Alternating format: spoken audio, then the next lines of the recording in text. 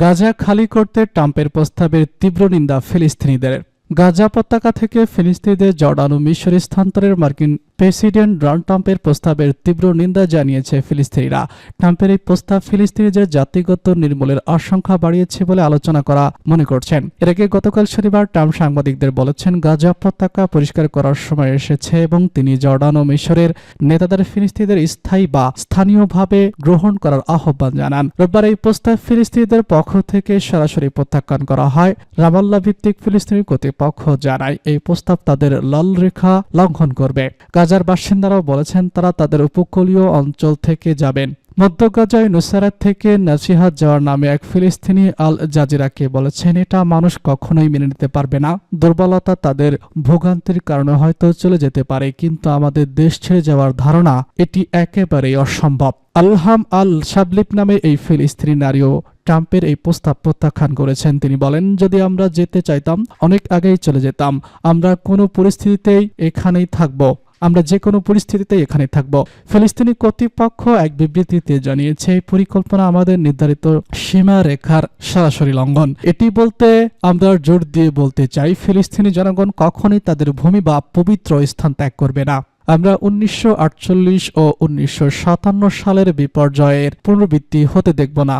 আমাদের জনগণ দৃঢ়ভাবে টিকে থাকবে এবং নিজেদের মাতৃভূমি ছেড়ে যাবে না। ফিলিস্তিনি কর্তৃপক্ষ ট্রাম্পকে গাজার যুদ্ধবিরতি চুক্তি বজায় রাখার পাশাপাশি ইসরায়েলি বাহিনীকে সম্পূর্ণভাবে প্রত্যাহার করার আহ্বান জানিয়েছে। তারা গাজার শাসক সংস্থা হিসেবে দায়িত্ব চাওয়ার সঙ্গে সর্বভৌমত্ব ফিলিস্তিনি রাষ্ট্র প্রতিষ্ঠার প্রচেষ্টাকে এগিয়ে নেওয়ার আহ্বান জানিয়েছে।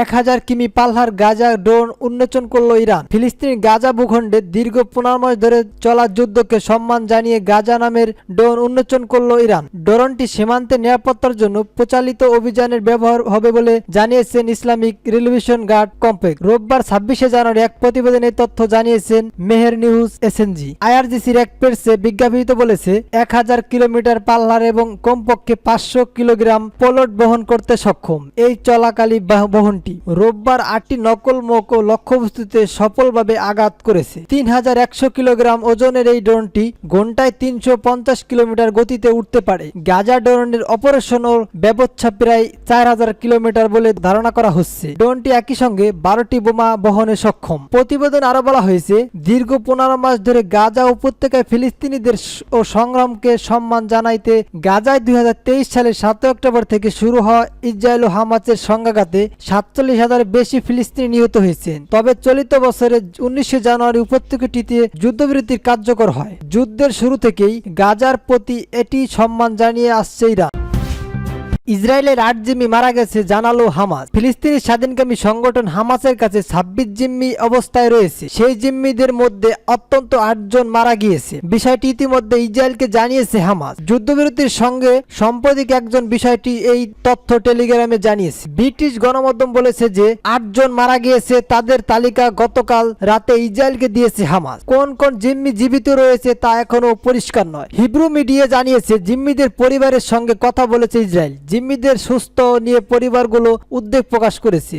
জীবনে অনিশ্চয়তায় থাকা জিম্মিদের মধ্যে রয়েছে শিরি বিবাস, তার স্বামী ও ইয়োডেড এবং তাদের 2 ছেলে ইয়ারেল ও কফি। 2023 সালের 7 অক্টোবর ইসরায়েলের 2023 সালে 7 অক্টোবর হামলায় পরিবারটির সদস্য তুলে নিয়ে যায় হামাস, যার ভিডিও সোশ্যাল মিডিয়ায় প্রকাশ পেয়েছে। ওই ভিডিওতে দেখা যায় মা বিবাস ও তার সন্তানদের জড়িয়ে রেখেছেন। হামাসের দাবি, ইসরায়েলের বোমা হামলায় পরিবারটির সদস্য মারা গিয়েছে। তবে বিষয়টি নিয়ে এখনো মুখ খোলেননি তেল আবিব। অভিষেকের 1 সপ্তাহ পর ট্রাম্পের সঙ্গে মোদির ফোন আলাপ। যুক্তরাষ্ট্রের 47তম প্রেসিডেন্ট ডোনাল্ড ট্রাম্প শপথ নেওয়ার 1 সপ্তাহ পর টেলিফোনে তার সঙ্গে কথা বলেছেন ভারতের প্রধানমন্ত্রী নরেন্দ্র মোদী। সোমবার মার্কিন প্রেসিডেন্টের সঙ্গে তিনি টেলিফোনে কথা বলেছেন বলে বিষয়টি সম্পর্কে অভিজ্ঞতা 2টি সূত্র জানিয়েছে। ভারতীয় সংবাদ মাধ্যম এনটিভির এক প্রতিবেদনে এই তথ্য জানানো হয়েছে। এর আগে গত সোমবার প্রেসিডেন্টের দায়িত্ব গ্রহণের পরপরই ট্রাম্পকে প্রিয় বন্ধু হিসেবে অবহিত করে অভিনন্দন জানিয়েছেন মোদী। বলেছেন তিনি চান নয়াদিল্লি এবং ওয়াশিংটন একই সঙ্গে ঘনিষ্ঠভাবে কাজ করবে। ট্রাম্প দ্বিতীয় মেয়াদ ও যুক্তরাষ্ট্রের প্রেসিডেন্টের দায়িত্ব নেওয়ার পর অভিবাসীদের ফেরত সহ ও একাধিক নির্বাহী আদেশে স্বাক্ষর করেন। যুক্তরাষ্ট্রে বিপুল সংখ্যকে ভারতীয় ও অভিশাপকে রয়েছেন। প্রত্যেক বছর লাখ লাখ ভারতীয় নাগরিকও অবৈধ পথে কানাডা ও মেক্সিকো সীমান্তে পেরিয়ে যুক্তরাষ্ট্রে পাড়ি জমান। ট্রাম্পের নির্বাহী আদেশে জারির পর মার্কিন আইন শৃঙ্খলা বাহিনীর ইতিমধ্যেই অবৈধ অধিবাসীদের বিরুদ্ধে ব্যাপক দূরকাফার অভিযান শুরু করেছে, যে কারণে অনেক ভারতীয় যুক্তরাষ্ট্র থেকে প্রত্যাবাসনের ঝুঁকি মুখোমুখি রয়েছে। তবে মার্কিন যুক্তরাষ্ট্রে অবৈধভাবে ব্যবসাকারী ও নাগরিকদের ফিরিয়ে নিতে ভারত প্রস্তুত বলে জানিয়েছেন দেশটির পররাষ্ট্রমন্ত্রী। অভিষেকের পরের দিন মঙ্গলবার ওয়াশিংটনে মার্কিন পররাষ্ট্রমন্ত্রী ম্যাক্রো ও সঙ্গে বৈঠকের পর ভারতের এই প্রস্তুতির কথা জানান তিনি। যুক্তরাষ্ট্রে বর্তমানে প্রায় 18,000 ভারতীয় নাগরিক ও অভিধানী অথবা ভিসার মেয়াদীবিহীন অবস্থান রয়েছে। এই ভারতীয়দের ফেরার বিষয়টি ট্রাম্প প্রশাসনের সঙ্গে ভারত কাজ করেছে বলে নয়াদিল্লি জানিয়েছে। অবৈধ ভারতীয়দের ফেরানোর বিষয়ে জয়াংসংয়ের বলেছেন, ভারতীয় প্রতিভা ও দক্ষতা যাতে বিশ্বজুড়ে ছড়িয়ে পড়ে আমরা সেটি চাই, কিন্তু একই সঙ্গে আমরা অবৈধ ও হাস্তানাতের অবৈধ অভিযানেরও কঠোর বিরোধী। মার্কিন যুক্তরাষ্ট্রের সাম্প্রতিক আদমশুমারি তথ্য অনুযায়ী 2020 সালের 10 থেকে যুক্তরাষ্ট্রের ভারতীয় ও জনসংখ্যা 50% বৃদ্ধি পেয়ে 28 লাখ পৌঁছায়। ভারতের সরকারি তথ্য বলেছে 2022 সালে বিদেশে পড়াশোনা করা প্রায় 13 লাখ ভারতীয় শিক্ষার্থী ও 1/3 বেশি ছিল মার্কিন যুক্তরাষ্ট্রে। গাজাবাসীকে সরাতে চান ট্রাম্প, যা বলল হামাস। গাজার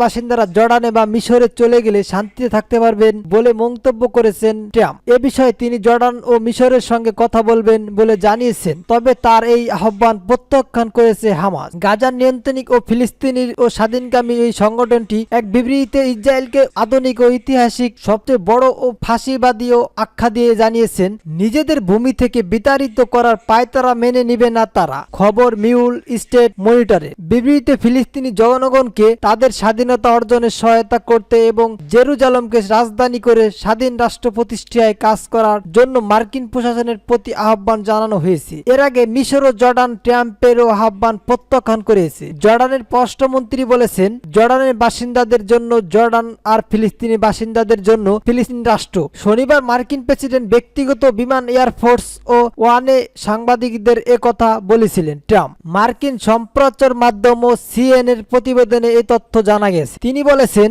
গাজা এখন প্রায় ধ্বংসস্তূপের পরিণত হয়েছে, সেখানে সবকিছু ধ্বংস হয়ে গেছে। তাই আমি চাই অন্য কোনো স্থানে তাদের ফিলিস্তিনিদের বসবাসের ব্যবস্থা করতে, সেখানে তারা হয়তো শান্তিতে বসবাস করতে পারে। প্রেসিডেন্ট ডোনাল্ড ট্রাম্প ইঙ্গিত দিয়েছেন তিনি গাজা পরিষ্কার করতে আগ্রহী। জাতিসংঘের তথ্য অনুযায়ী বর্তমানে জর্ডানে 23,90,000-এর বেশি নিবন্ধন ফিলিস্তিনি ও শরণার্থী রয়েছেন। এছাড়া বিশ্বব্যাপী প্রায় 59 লাখ ফিলিস্তিনি ও শরণার্থী রয়েছেন, যাদের বেশিরভাগই 1948 সালে ইসরায়েল প্রতিষ্ঠার সময় সেখান থেকে পালিয়ে আসা লোকদের বংশধর। গাজায় ইসরায়েলি হামলা কেবল হাজার হাজার মানুষকে হত্যা করেনি, গাজায় অধিকাংশ আগাঠমা গুড়িয়ে দিয়েছে। জাতিসংঘের তথ্য বলেছে, ইসরায়েলি বিমান হামলায় প্রায় 60% ভবন, স্কুল ও হাসপাতাল ধ্বংস হয়ে গেছে এবং প্রায় 92% বাড়িঘর ক্ষতিগ্রস্ত হয়েছে। গাজার প্রায় 90% মানুষ বাস্তুচ্যুত হয়েছেন এবং অনেক বাসিন্দারা বারবার ও হস্তান্তরিত হতে বাধ্য হয়েছে। এমনকি কিছু কিছু মানুষ 10 বারও হস্তান্তরিত হয়েছেন। ট্রাম্পের এই মন্তব্য দীর্ঘদিনের মার্কিন পররাষ্ট্র নীতির সঙ্গে ও বিরোধী ও কারণ দেশটি ও ইসরায়েল ও ফিলিস্তিনের জন্য দুই রাষ্ট্রের সমাধান প্রস্তাব করে আসছে।